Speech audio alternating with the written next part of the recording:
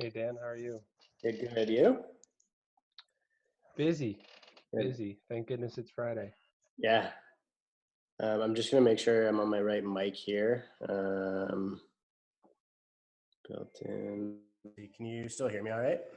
Yeah, I can hear you Switching quite mics. fine. Okay. All right. My daughter's just in the other room, so I don't want you to pick up the Lion King. No worries. How's No how's your worries. little one? She's doing really good. She's kind of bummed out that she's house arrest for Yeah. Tough. until this is over. Yeah, So, it's a tough one to explain to little ones, right? oh yeah, they don't understand. I mean, one of my coworkers, she has kids, and so Yeah. she just came back from vacation. Yeah. Her friends had to basically wave at each other across the street because Oh they man. couldn't I know it's interact. heartbreaking. Like, I mean, my daughter's she's just learning how to socialize, and so because she's 3, and there's a group of kids around the corner Yeah. that we noticed now that we've been out walking and stuff. We just moved into a new neighborhood, and she wants to go and meet them, obviously, but it's not that simple. Yeah, this isn't exactly the time that socialization is going to happen too much. Yeah, I know, it's crazy. Anyway, so how are you dealing with everything on your own, individually? Individually, work has taken up actually a large portion of my day. Right.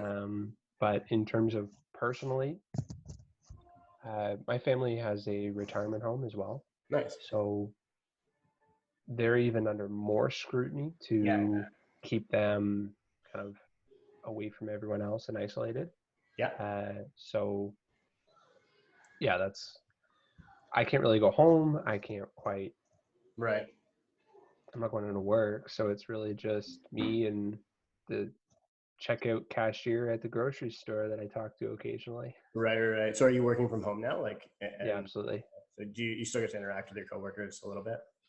Yeah, I mean, we talk through either this or just over the phone, email, etc. But obviously, it's not the same than your classic cubicle setting. Yeah, for sure. That's nice though. I think it's been a really interesting work from home experience for a lot of people, or experiment for a lot of people, and hopefully it goes well and allows for a greater temporal flexibility in the future. I think that's I'm just gonna flip a light on. I'm still listening. yeah, for sure. I think that's a really good point because a lot of employers had hesitation of people working from home, Right. and obviously with this, everyone's not in the office. The biggest hurdle I find, and I find it for myself, and I'm sure it's the same for other people, uh, when you have an office setting, you can kind of base your life around. I'm going to be in the office at 9 or Yeah. 8:30, and I'm going to be home for 5, Yeah. and I'll build my life around that. When you don't have that, it's very easy for you to lose 10 minutes here, Yeah. 20 minutes there, For sure. distraction. So there's a lot more individual discipline, but For I sure. think you could do more. Yeah. Good. Interesting insight. I guess we'll jump over to the script. Maybe could you start by just giving me a brief introduction of you, and you can go back as far as you want, and then sort of an explanation of how you got to where you are, what you're doing now, and the role that you're in. Sure. So for me, I grew up on a farm, way in small rural Ontario, out near Bayfield, and I think my elementary school was 200 kids. So everybody knew everybody. Um, was an Aggie for the longest time. In fact, I milked goats for 2 years in the mornings before high school. So I would wake up at 5, go to my neighbors, milk goats, and then go to high school. So it was certainly a different lifestyle than what I think a lot of people experience. Um, but ultimately, I really enjoyed it now. Perhaps waking up at 5 in the morning was not exactly the thing you wanted to do in grade 10 or grade 11. I feel like it's a good training for the suck of life though. Like I think a lot of people that have more privileged upbringings or different upbringings don't really get the full experience.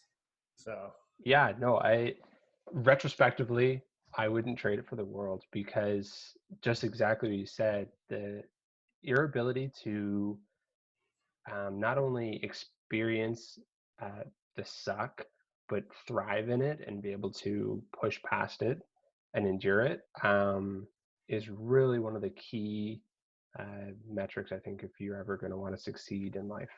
For sure. Um, For sure. I think so I think our it's generation is really like this is probably the first time that anyone in our generation has really even experienced struggle. And I think that we were really starting to see that come out with a lot of the oppression Olympics, I would say, and in social media and stuff like that, where people were looking for. I mean, don't get me wrong. There's a lot of really really meaningful causes and suffering out there, but I think that there were a lot of people that came from privilege that didn't really understand how meaningful that was until something like this happens, right? And I think we're all going to absolutely. hopefully emerge from this with a lot more gratitude. Yeah, I mean, at the end of the day, there are so many generations that have had it way worse than us, For sure. and we're really standing on the shoulders of giants. And some of those people uh, were really just scraping by simply to survive. So I mean, I think the biggest thing when I was growing up was there was a power outage. I think that was in the 2000s. Yeah, I remember that. I remember I was playing a video game at my friend's place and his power went out, and they had friends over and shit hit the fan. I can't believe we can't play games. Everyone was going stir crazy. And then that lasted for like a week. Yeah. And those who didn't have generators and all that, that was something. But I mean, and as well as the internet, what we're doing right now just Yeah. simply did not exist 15 years ago. It's funny. I watched a lot of those prepper shows on Netflix and stuff, and one of the biggest like end of the world scenarios is the internet disappearing. How quickly society would just fall apart if it wasn't there. So I think we're lucky that our current doomsday scenario is just a pandemic and Yeah. not the collapse of the internet. Oh, God So forbid. far, fingers Yeah, crossed. well, yeah, Jesus, don't Yeah, speak it into existence here. But 2020 is yeah, been. the amount of people that have successfully completed Netflix. They've Mhm. watched everything. Um, uh, yeah, there's so much stuff that you can do now that you simply couldn't do back then. Yeah, Um, and one of the struggles that I had, even as a teenager, and a lot of people in some of the cities just never had, was small towns still had dial-up up until, in fact, some of them still do, uh, up until 2010. yeah. It's so interesting that you say that because I actually wrote a blog maybe like 2 or 3 months ago about how I think we're going to see a similar evolution from, there was a point and it wasn't that long ago. Maybe it was like, 30 years ago when long distance calling made it challenging for people to live in like work from home, as an example, Yep. in a rural community. And there are places in the GTA that had that. Right. And Yep. same as what you're saying, like rural areas, I think the post that I wrote was with the advent of Rogers Infinite. So the first time that we'll basically have infinite 3G. So now now they're not left with like Landlocked. ExploreNet or whatever it is, right? So now I think we'll be able to see, well, I'm interested to see kind of the way that will make its way into the pricing of, because small towns are really like that's my big area of interest. I don't think anybody else is really doing research on them. And I've been really intrigued as to the information system of real estate and the function of it in small towns and the role that it plays and is going to play. Ipsos released a poll or a big data set that basically said that boomers are they all want to live in small towns. And I think that, this COVID-19, if anything, is going to exacerbate that trend because now they're extremely vulnerable, especially if this becomes a cyclical virus, right? And mutates Mm-hmm. really like a second influenza.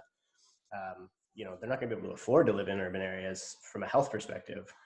Oh, for sure. And boomers are the ones with all the capital right now. So to me, everybody wants the sex appeal of focusing on urban real estate. I mean, it doesn't, that's not my thing. So it's cool. Interesting to hear your perspective firsthand. I remember reading actually that article, and I actually do read every single one that you post out Oh, I because appreciate that.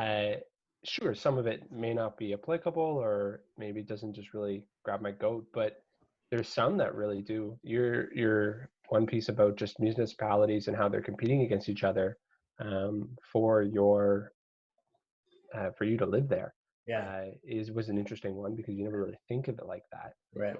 But that the whole internet thing really ties in, because if you look at any municipality that has invested in an infrastructure, internet being one of them, Yeah. that did that 15 years ago, they are so more advanced and so more well off, than those that delayed For for sure. 5, 8 years. For sure. And it's just funny, if you're not the first mover, then you're with the rest of them, and then there's no real momentum there. That's that Ricky Bobby phenomena, right? If you're not first, you're last. If you're not first, you bet. No, Okay, it's so let's jump back to COVID. What you're doing in your role, what your day to day looked like, a month ago, and how it looks today, and how that transition happened. yeah. So as a commercial lender, I originally was an analyst, so that is much more. I always call it like a keyboard warrior. Yeah. A lot of it's just analytical work, case study after case study after case study. But that's where you really grind your gears and learn how to understand risk and understand financial statements in the different industries. Now that I'm a relationship manager, what I do on a daily basis is I'm the face of the organization, as well as I'm the face for the client. So I communicate to my members what the bank would like to do, or their mandate, so to speak. But then I also speak internally on behalf of the client as to whether or not the terms are okay, areas of concern, or their happiness. Positive feedback is definitely encouraged. Right.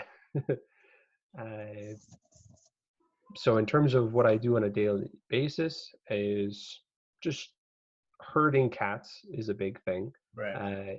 Just working with a lot of other professionals and people's professional teams. So you've got accountants, you've got brokers, you've got agents, you've got solicitors, you've got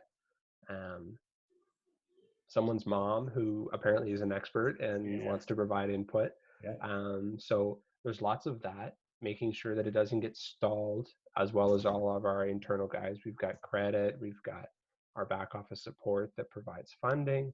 So there's lots of people and lots of hands playing with it. Mm-hmm. And you have to have a really good understanding of that entire runway, Yeah. and kind of poking around to make sure that it's moving. Right. So there's lots of that. Business development, I mean, now it's kind of stopped, but historically, a month ago, that was a really big thing.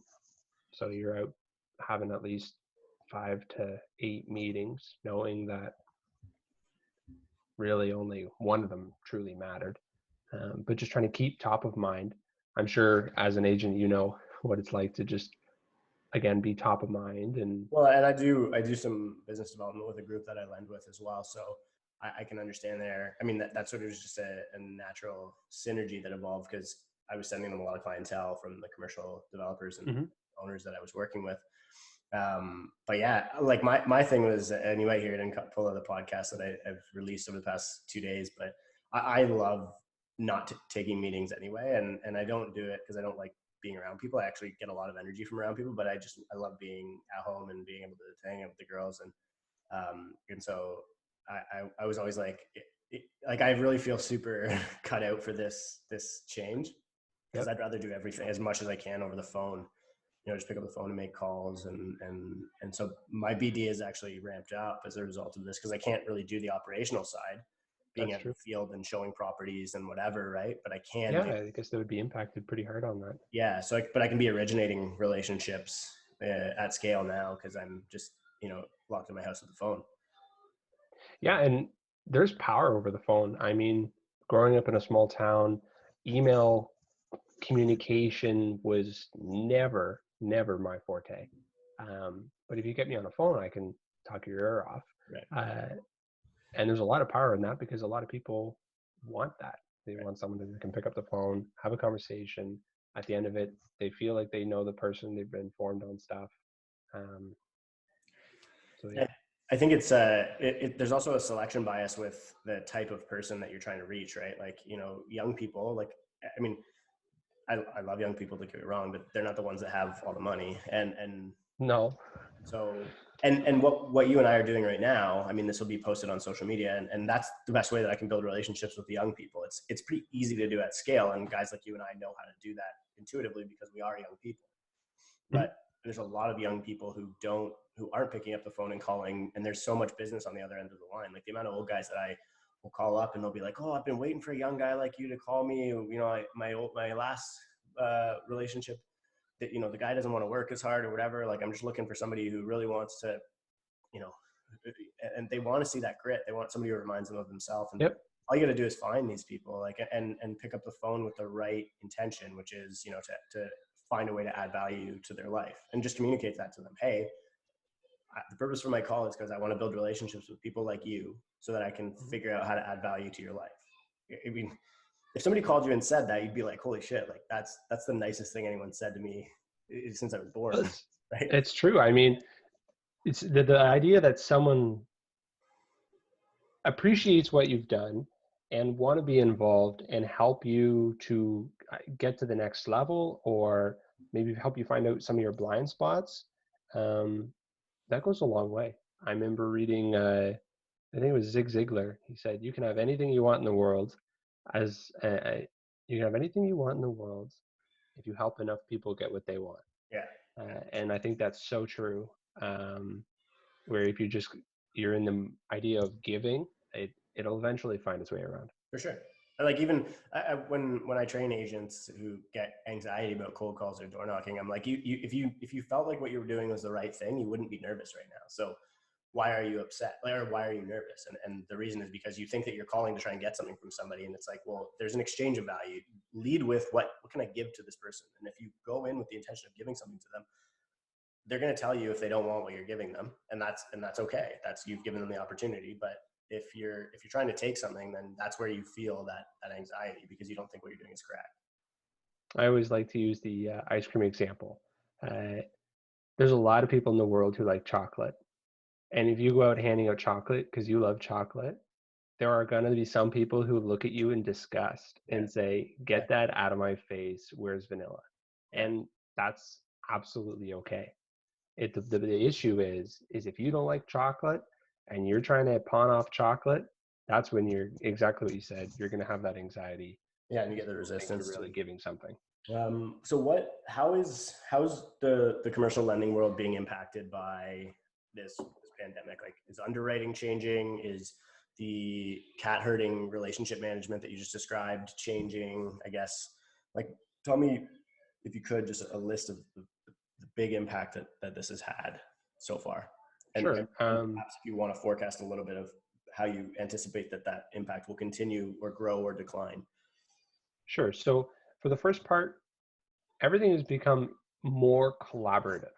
Right. Um, Even in the business world, everyone has a job and they're really good at it, but everybody has different mandates. And especially with COVID, um, there are some people who are closing up shop. There are some people who are experiencing bottlenecks, and there are some people who are twiddling their thumbs. So in the business world, new business, if you're in the mode to grow, you're probably going to have to wait in line Right. because, and I've told all of my prospects in the various areas in their pipeline, um, that you're going to be put on hold until I help as many of my members as possible and get them all kind of on a plan as to you're okay now, but if this goes, it's going to be bad, or you're not okay. We need to address that. Um, and so new loans, it's challenging. everybody's applying for deferrals. In fact, one of the things that prompted me to kind of start this whole me getting on the podcast was the one thing you sent out, that the media is oversimplifying uh, how easy it is and who qualifies for a deferral. Because certainly when it was on the news, it made it seem like everybody and their uncle could apply, 100% approval rate, and it's going to go like that. Right. That's just not how it works. Not at all. And anytime the government, excuse me, anytime the government is involved in something, they'll say something, but after it gets beaten down between all of the lawmakers and everything, it's kind of an abstract as to what it was originally promised. Yeah. So for me, let's say out of the 10 people that come to me who need assistance, I'd say 30% of them are opportunists, Right. where they don't actually need it. They've been taking out of the equity out of their company for years. It's just they've never developed a plan to have cash in there, Mhm. and now they're feeling the squeeze. They're Mhm. feeling the suck. And as a lender, as a responsible lender, do you give them more money, or this is kind of a learning thing where, all right, you're going to have to put some money into it and see where it goes. So in terms of lending practices, we're still doing our due diligence. We're fielding the calls and the needs as they come. That's where a lot of my time is spent right now, is just analyzing people's financials, see where they're at, see where they're really at. Right. And at the end of the day, a bank or any lender is a business too. So they've got to protect their balance sheet. They've got to protect their assets, and they can't defer payments forever. They've got their own operating expenses to do. Right. And I mean, based on what I've heard, I had a conversation with one of my lenders this morning who called me because I had requested the deferral on my principal, and they first had said, "Well, you have money in your account. Like, why are you asking for this?" And I was like, "Well, I don't know, because like I want the playing field to be level, right? Like, I don't know. Yep. I mean, maybe shouldn't be interpreting the free market economy as a race, but like if everyone else is getting a deferral, and I guess that's the perspective tenants have, right? It's if my landlord's getting a deferral, why should I have to pay? But they had said to me, well, there's a penalty, and this isn't a big six, by the way. It's not a B lender, but it Mm-hmm. would be somewhere in the middle. But if like so there's a penalty, and you're paying the interest for that month anyway, so they're still making their income. They're just not recollecting that principal, so they're not getting that equity that they have in your house back for a couple of months. It's not a huge issue. I mean, even at scale, it could play with the ratios of their cash requirements from the government and the banking system. But what's the real risk here? Like if and I think that the government has tried to shave a little bit of that off by lowering the cash requirements and backing up some of the debts, and CMHC's kind of jumped in to say they're not going to let anybody fail in that sub Mm-hmm. 20% equity category. But and I don't know if the real estate space is the right place for me to be asking you this question, but even on the business side, like so on the commercial lending side, like are we going to see a high default rate? And if so, or does that depend on how long this economy is semi shut down for? So it's kind of an interesting, good question. But how I have it right now is, how do I put this?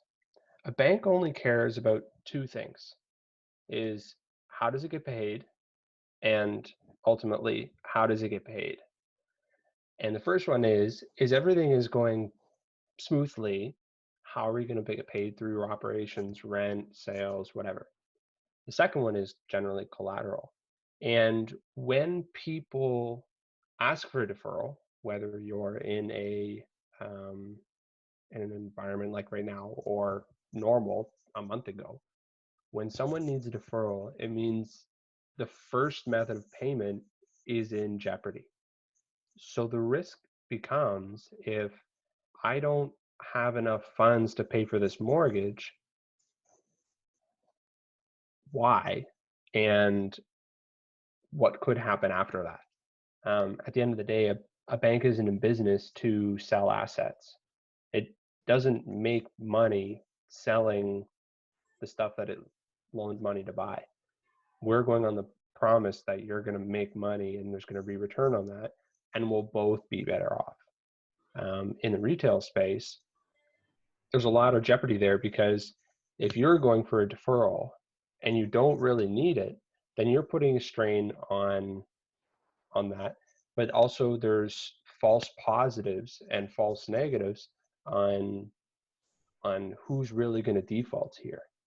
Um, and then that kind of leads into the second thing is, especially in the past 15 years, as our broadband has increased, banks' need for human capital, or people at the front lines, has dramatically reduced.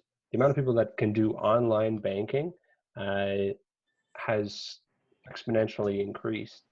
And so the amount of people that are at the front lines who are able to assist people have actually significantly reduced because of automation.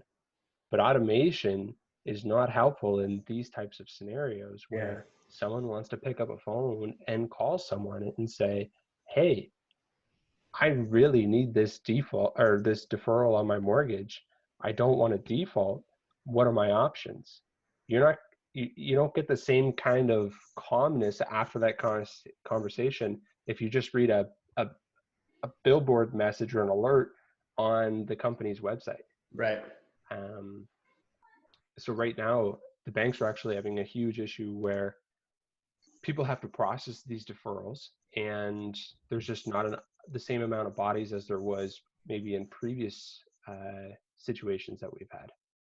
Um, From a policy perspective, do you think that the government handled it right in like, because I mean they could have just deferred everything, right? Like Italy did. Like they could have just said, look, mortgages are. They could have just paused the economy of financial liabilities, or the accounts receivable and payable, for the whole economy for a month or two or three or whatever.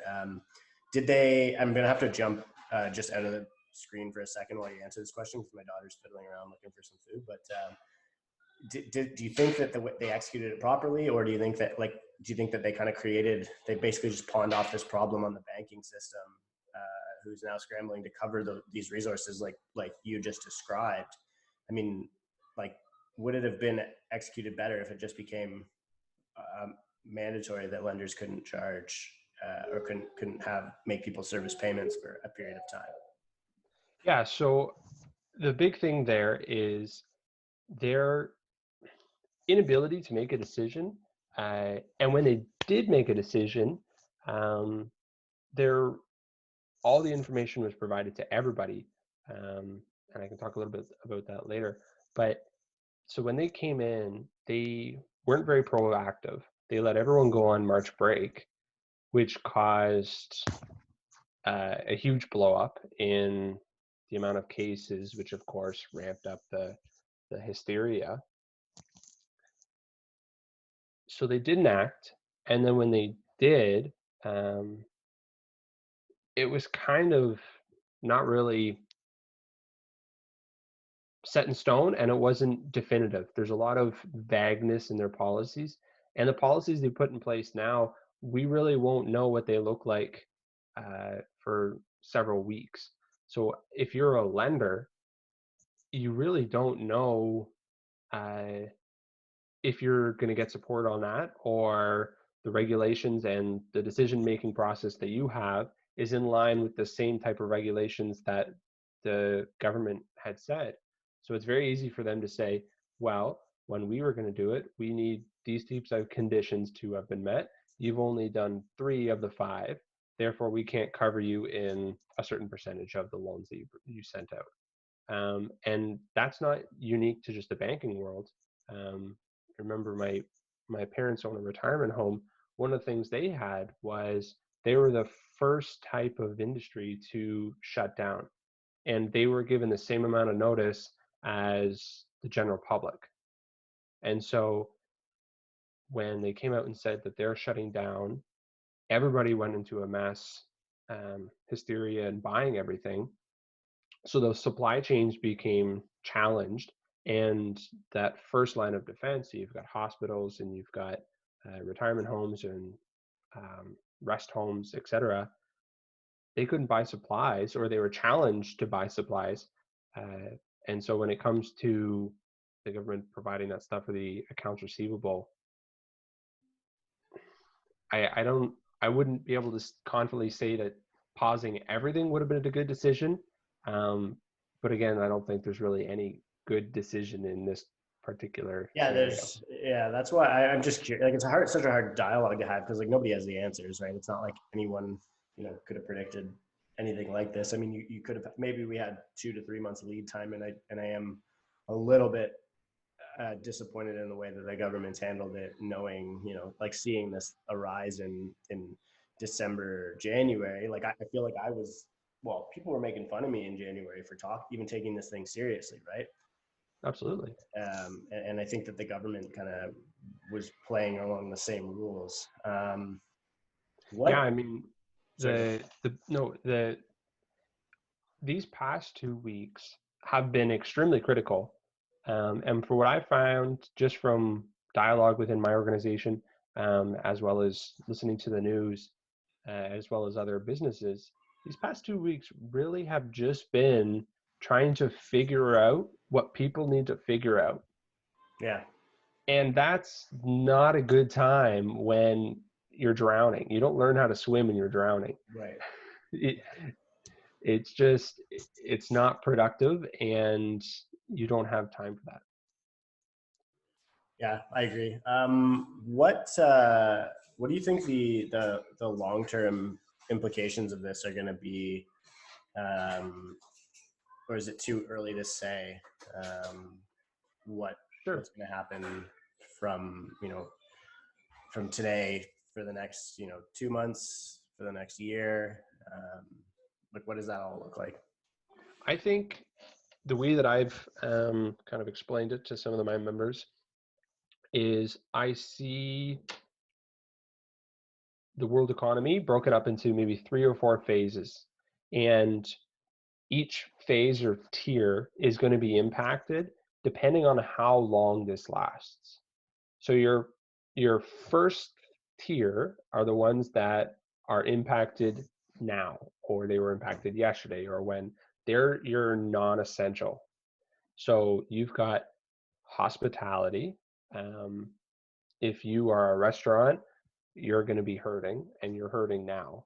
If you're a person who just purchased a real estate investment that's supported through Airbnb, and a majority of them have seen cancellations, you're going to be hurting now. Um, if you're a hotel, you're going to be hurting now. If this moves on for about 2 months, um, I think that's when it's going to start bleeding into uh, the retail or the personal side of things. The amount of people that have, let alone 2 months of emergency funds, is not very high. So that you're going to That's see the scary part here is, and you're seeing it like companies obviously are living paycheck to paycheck, including oh, ones that are publicly absolutely. traded, right? Yeah, I mean, the idea that this big businessman has all this money and is taking advantage of his employees, I mean, that's, if you have that narrative now, I don't know what to say. That's simply, that may be true for 2%.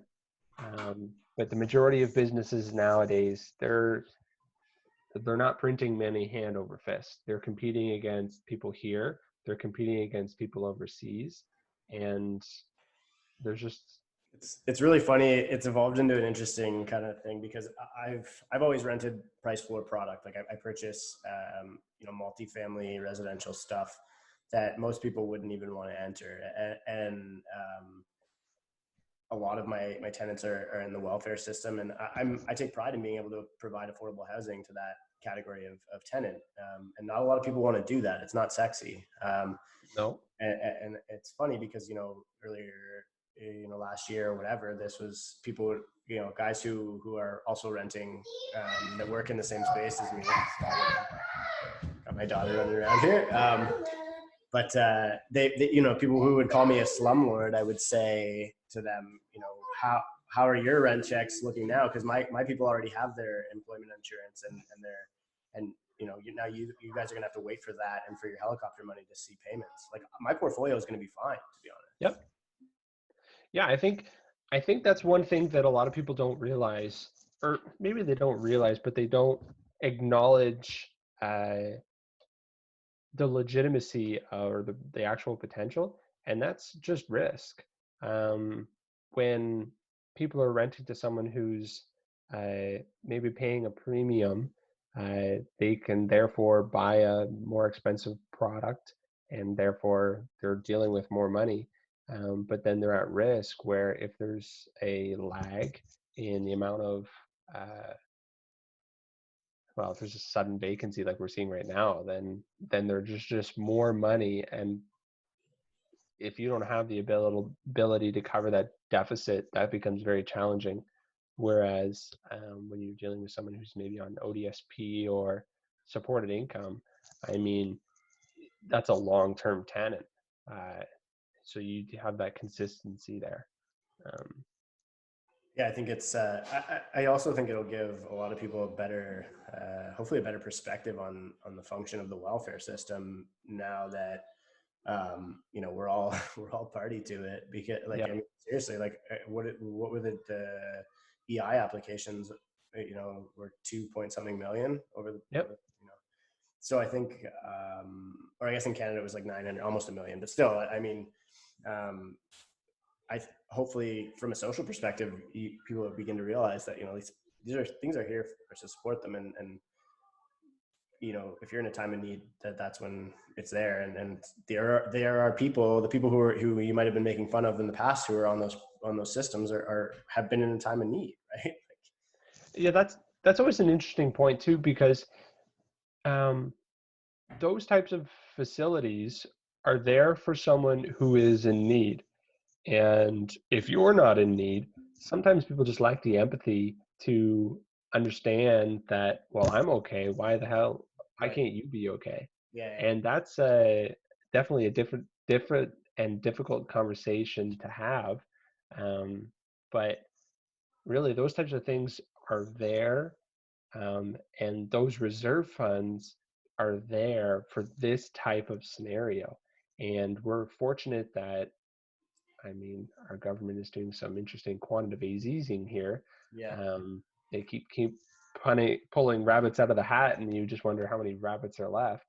Yeah, Um, what those rabbits are going to be worth by the time it's all said and done. well, yes.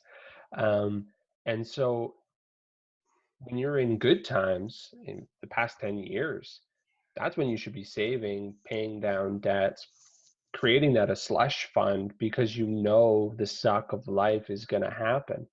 I mean, on a personal side of things, everybody should be, if whenever we walk away with this, assuming tomorrow they develop a cure and by next Friday we're all back into the office, it should be a very, very good reminder that everybody should have at least 3 to 4 months of an emergency fund. Yeah. And if that means that the place that you're living at is stopping that, or the lifestyle that you have, you really should question that, because sometimes the government won't pull a rabbit out of the hat and save you, Right. Right. assuming that right now they'll save you. Right. Yeah. I mean, it's so easy to say in hindsight, and I'm sure that you had that perspective prior, but it's funny, now talking about this, because like I've been following guys like Dave Ramsey Sure. forever, right? Where he's like, pay off debts, get an emergency fund, and now you start to see. I guess the challenge becomes, and this is sort of maybe one of the last things that I'll leave you with before we start wrapping up, but you know, is this a like for people who do have that emergency fund, is there a way that someone like that can establish an advantage, a meaningful advantage over others in society? And I don't mean this in like the respect that like we're competitive, but like the reality is we all want to give the best life that we can to our family and to ourselves. And but like I'm feeling like, okay, I did have some money set aside for an event like this, and I don't really feel like I have a better opportunity than everyone else because I did. And maybe that's not what it's for. Maybe it's just to get by, and maybe the best externality of that is that I'm able to to help others through something like this, and maybe that'll pay dividends for the rest of my life, or maybe I shouldn't be expecting dividends. I don't know, but it, like the challenge becomes now, you get almost like this socialist economy where people, and I don't mean it politically socialist, Yeah. but it's an economy that's almost socialist, right? Where we're all just trying to distribute these resources fairly amongst one another. And if that means that I have to pay a tenant's rent for a month, 2 or 3, because I didn't defer my mortgage, and then hopefully, get reimbursed when that helicopter money comes, like how does this create an imbalance that's going to be lasting? Like, I feel like it's going to take the economy a long time to rebalance all of this whole thing. Well, two things, I guess. The first one being is anytime you have a situation like this where there's quantitative easing, and for those, that just means the government's printing money to basically provide it to the economy and inject it into it. But actually, just to compound that, they're delivering it to the economy through bond repurchases, Yes, right? So, which is different than just printing money. That's like the new U.S. philosophy, which Canada's recently adapted in desperation mode. Anyway, I'll let you continue. Yeah, no, thanks for the clarification though. But ultimately what happens through that is it keep assets at the same level of value or higher, and it reduces the overall purchasing power of individuals. So the difference between those who have and those who have not becomes greater because the original purchasing power of the people who didn't have becomes worth less. And so it just creates that gap.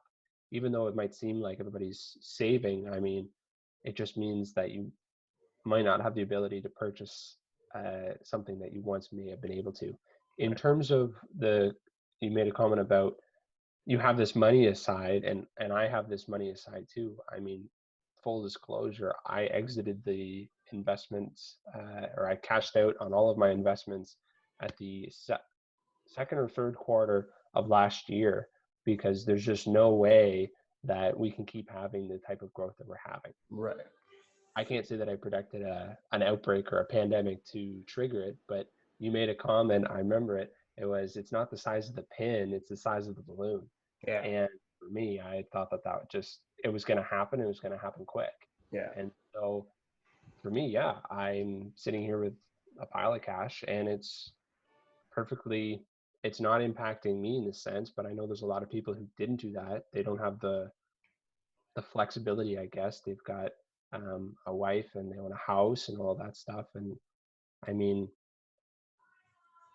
it's just that everybody makes decisions. Sometimes people make decisions informed or uninformed, but ultimately those decisions have consequences. And if you want to believe your financial advisor and they can say that you can borrow up to $1 million and stretch it out, and so you do that, and you're living paycheck to paycheck, you put yourself at risk for these types of scenarios. For sure. And if your house isn't your piggy bank anymore because everybody else is in the same boat and they have to sell or downsize or do something, that's when someone who has cash can step in, because then they can purchase assets not at the price that they once were, but there's obviously a supply and demand thing there that causes the price to go down. So you're right in terms of in a philosophical or a it feels like you're kind of taking advantage of people because they're vulnerable.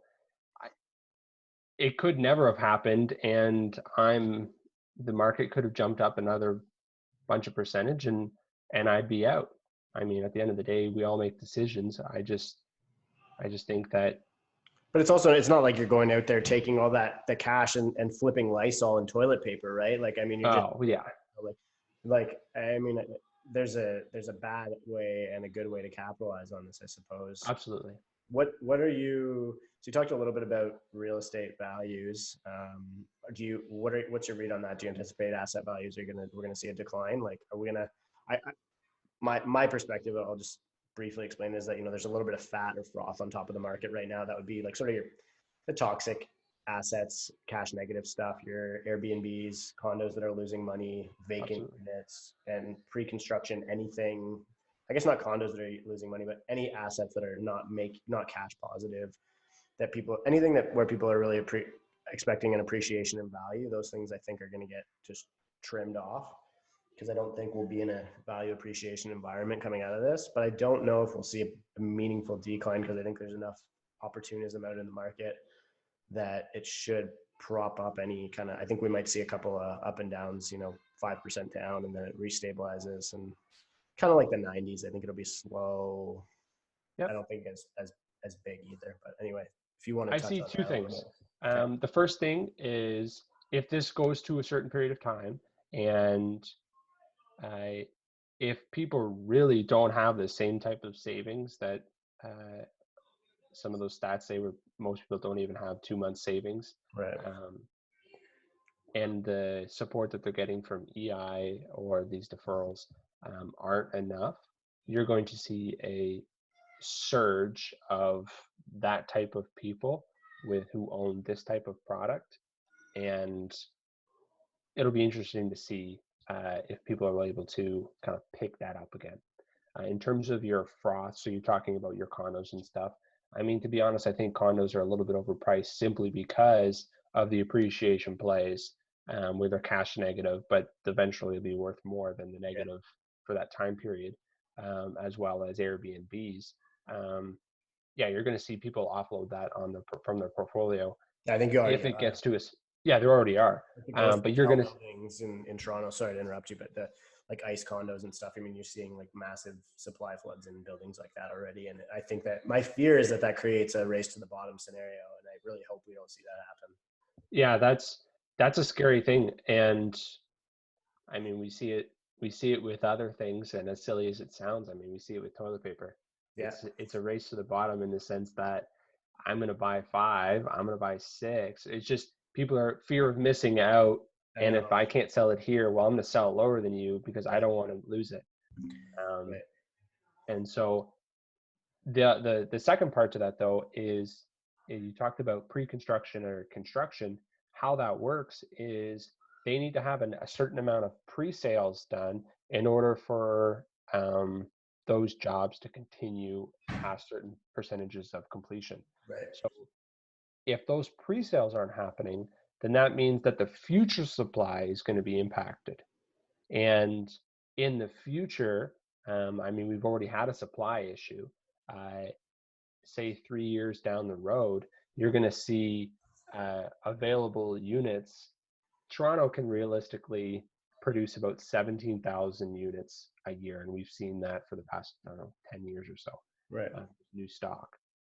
You're going to see a drop because of this, and how much of a drop will obviously depend because there's no one's buying those types of units. So that's like your insured, but so are we caught in a weird supply scenario then, where a lot of these insured deposits, like especially if I know they're trying to keep construction sites open and the unions are having none of it. So I mean, some of these projects where they do have insured deposits, those units are being sold for 20 to 30% over market value of the building right beside it right now. The it sells out in a couple of days. They start breaking ground and building the tower. Now the units aren't appreciating in value. The building might no longer be being constructed. What the hell is going to happen to this deal? I mean, And that's exactly the risk when you're buying pre-construction, is what happens if this construction doesn't happen.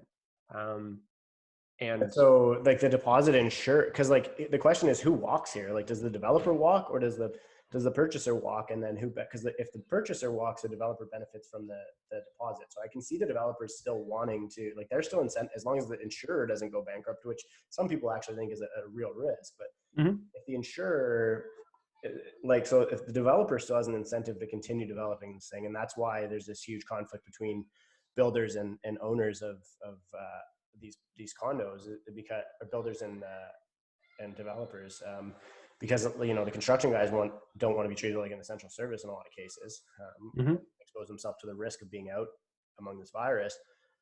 but the developers really need to see this thing done so they can get their return, and the owners Yep. are just kind of like, holy shit, this is really really bad, because it might, there's no way that this $1,000 a foot environment is going to appreciate to a $1,400 a foot, and there's no way that I'm getting that $6,000 of rent that I was promised now, Yep. right? What, like, that can get ugly quickly, right? And that's why it's so important to read the fine print and truly understand what could happen. I Right. mean, if 100 people jump off a bungee jumping cord and they see that they're fine and you jump, the same risk applies to everybody. Yeah. And it's unfortunate, but in this type of scenario, you're kind of in bed with someone for several years. Mhm. You can't just jump off the ride. And so if you're, depending on what you've signed, it will depend on who can walk from there. So So for the it's people scrambling, then what if they're all flipping through their contracts right now, listening to this? What are they looking for? although you're going to look for a clause as to what happens if X doesn't happen, who gets their payment out Right. is really what it is. If X happens, Y occurs. Right. And in this type of scenario, if the builder is not able to deliver or the entire project's canceled, then there will be certain Ys that happen. And it's important to know what that is.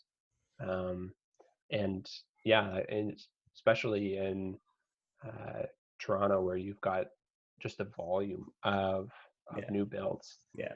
the amount of people that are just again in bed with a developer or with a builder for many years, depending on where you're at. It's one thing when you're third year of 4 and eventually you get built. That's a different conversation than you just see the foundation and the kind of being poured, and you've got 3 more years of normal development, and now it's being delayed for how much longer. Right. Huh. And some people, of course, want to pull their money out because they don't want to be in bed anymore, Or and they then need it. that'll trick. Yeah, they just lost a shitload of money, right? Um, yep. And so then when one But person does it, another person wants to do it. you know what I And just thought of is like the tranching of these deposits, because they're trying to make these things accessible to everyone. Like, it's like 5% in year one, and then yeah, like 1%. Like how many people are still showing up with that remaining 15% over the next 3 years? That's a question that's going to be. the, the biggest thing is and one of the reasons why we've had so much success in the past decade is everybody has become extremely collaborative in almost everything. And this is true for the finance world, but it's also true for the healthcare world. I was just having a conversation with my mom, and she's obviously got her world turned upside down with the retirement home. But the amount of support that people have and collaboration that people have with other professionals. So you've got, for their world, they've got physiotherapists who come in and provide workouts for the residents. So they have all of that. For those who maybe have a little bit more intensive care, where they've got to have someone there to provide a little bit extra service, they're not coming in either. And so it's all great when it all works, but when you have something like this where that collaboration no longer occurs, everything gets grinded to a halt, and there's just simply more work for fewer people. And you're going to see it now where uh, in terms of the deposits and in terms of these builds, uh, we'll have to see how much people want to collaborate now. Mm-hmm. Mm-hmm. Yeah, I guess the question then becomes: is it better to try and salvage this together, or is it better to just tear it down and everybody loses equally? Like, is there a way to win equally, or is it better off to lose equally? And I don't know, man. Honestly, that scares me. Like, there's too many question marks left. Like, especially with, you look at the household debt curve of Canada. It's like this. What is the time? I mean, something like this had to happen. Like, it could have been the market itself, but like, I don't know. It's the worst possible thing to happen with Canadian household debt being where it is, right?